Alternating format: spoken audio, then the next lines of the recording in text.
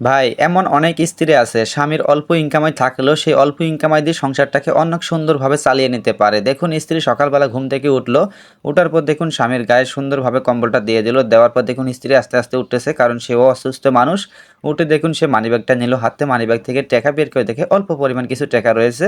সেখান থেকে দেখুন টাকা নিয়ে মানিব্যাগটা নিয়ে যখন বাজারের দিকে রওনা দিল, দেওয়ার পর দেখুন সে একটা দোকানে গিয়েছে, যা দেখুন এক প্যাকেট লুডু ছোট নিয়েছে আর একটা মাত্র ডিম নিয়েছে। নেওয়ার পর দেখুন দোকানদারকে বিল দিয়ে সে বাড়ির দিকে চলে আসলো। এসে দেখুন সে সে লুডুসটা পাক করার জন্য উঠিয়ে দিয়েছে রান্নাঘরে। উঠিয়ে দেওয়ার পর দেখুন লুডুসটা যখন পাক হয়ে গেল, রান্না করা হয়ে গেল, তখন দেখুন স্বামীর জন্য নিয়ে এসেছে। এসে দেখুন স্বামীকে বলতেছে, খাও তুমি এটা খেয়ে দিয়ে ডিউটিতে চলে যাও, আমি আস্তে আস্তে পরে না হয় রান্না করবো। এরপর দেখুন স্বামী স্ত্রীকে আদর করে দিয়ে সেই লুডুস খাইতে লাগলো।